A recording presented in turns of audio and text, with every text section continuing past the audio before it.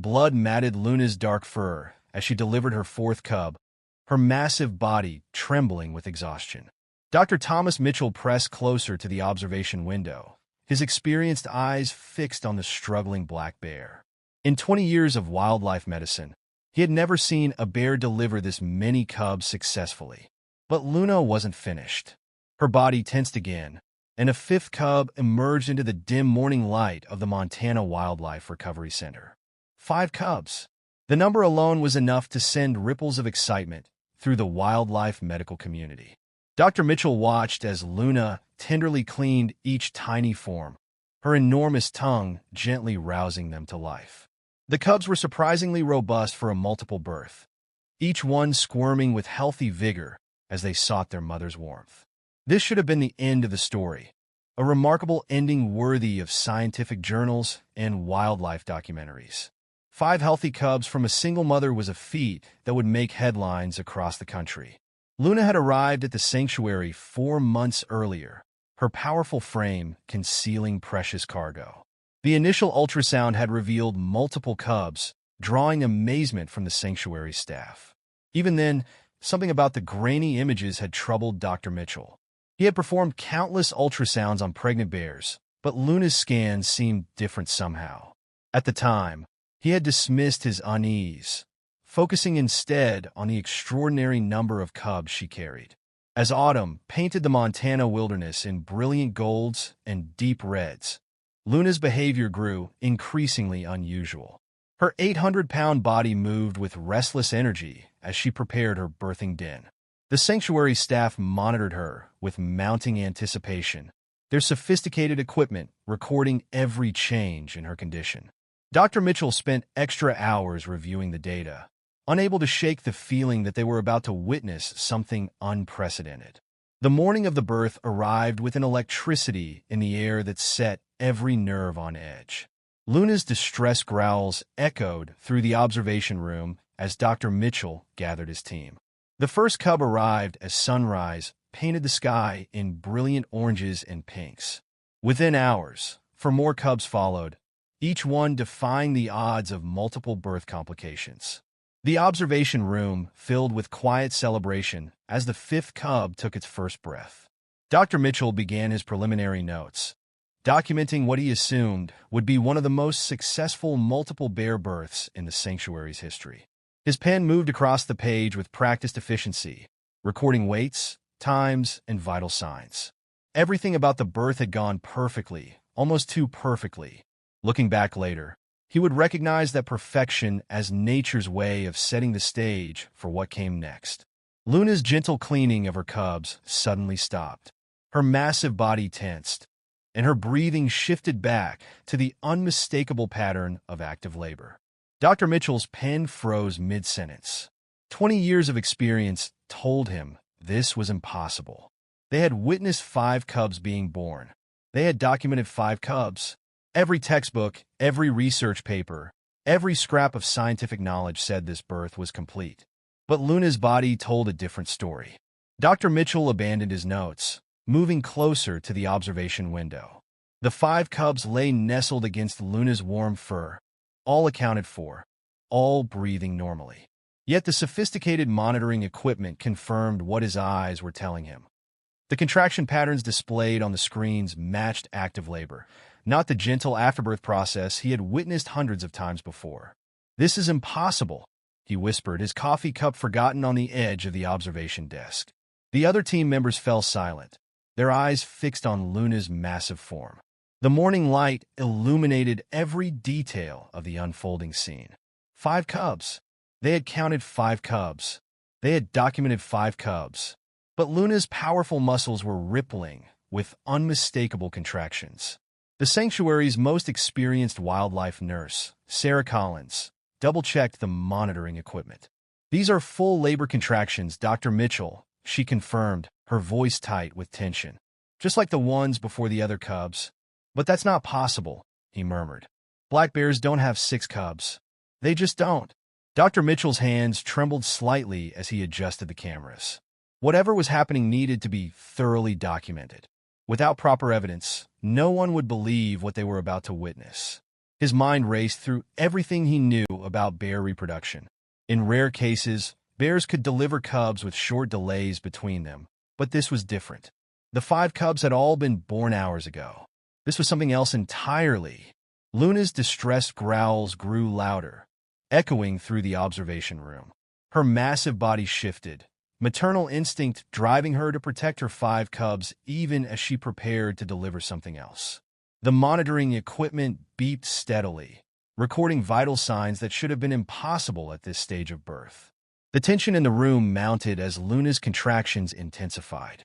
Dr. Mitchell pressed his face against the glass, his scientific mind struggling to process what he was seeing. In all his years of wildlife medicine, nothing had prepared him for this moment. The other team members crowded behind him, their clipboards and tablets forgotten as they watched history unfold. Luna's powerful body tensed one final time. What emerged next caused Dr. Mitchell's coffee cup to slip from his suddenly numb fingers. The ceramic shattered against the floor, the sound breaking the stunned silence in the observation room. But no one turned to look. Every eye remained fixed on what had just appeared in Luna's enclosure. The veteran veterinarian's mouth opened and closed soundlessly. His legs felt weak, forcing him to grip the window ledge for support. Behind him, he heard Sarah gasp, followed by the clatter of her tablet hitting the floor.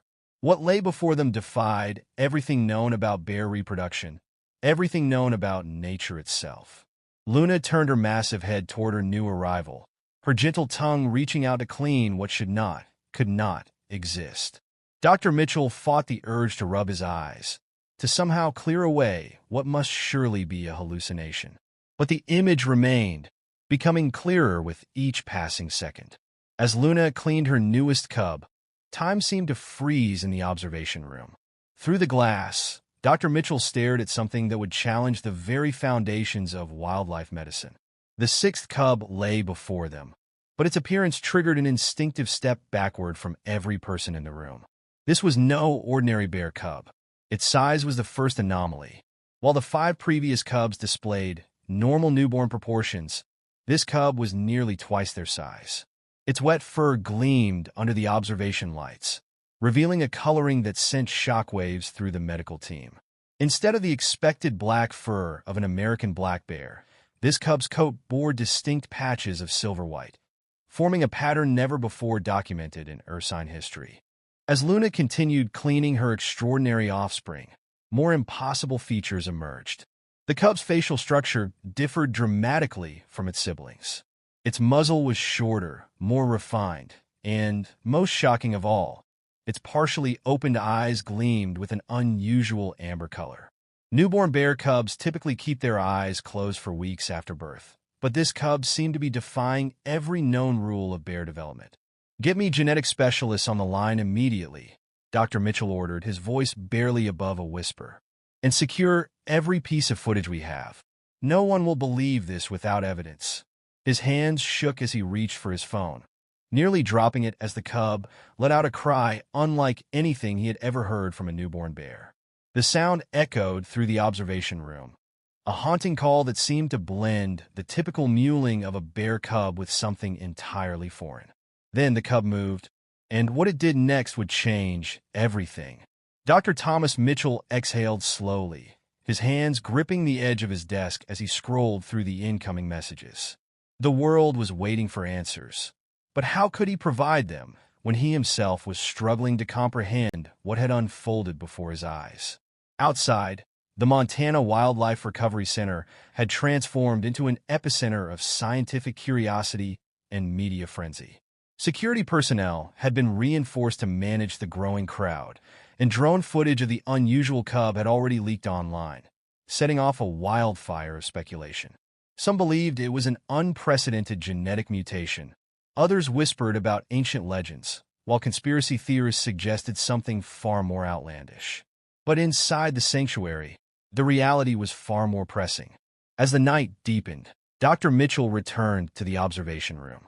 The 5 normal cubs lay nestled against Luna, their tiny bodies rising and falling with peaceful breaths. But the 6th cub remained distinct. Under the dim glow of the infrared cameras, Its silver-white fur shimmered with an almost bioluminescent quality. The intricate, rune-like markings on its paws pulsed faintly, as if responding to some unseen force. And then there were its eyes, amber and unervingly aware. No newborn bear should have that level of cognition, but this one was different. Dr. Rachel Wong, a leading expert in bear genetics, stood beside him, arms crossed. "This isn't just a mutation," she murmured. "It's something else?" Mitchell nodded. "The real question is where it came from." They had run preliminary DNA tests, but the results were inconclusive, almost as if part of the cub's genetic structure defied conventional classification. Whatever this was, it wasn't just an anomaly. It was an enigma that threatened to rewrite everything they knew about ursine evolution. Sarah Collins, the sanctuary's senior wildlife nurse, tapped a monitor. "Luna knows something," she said.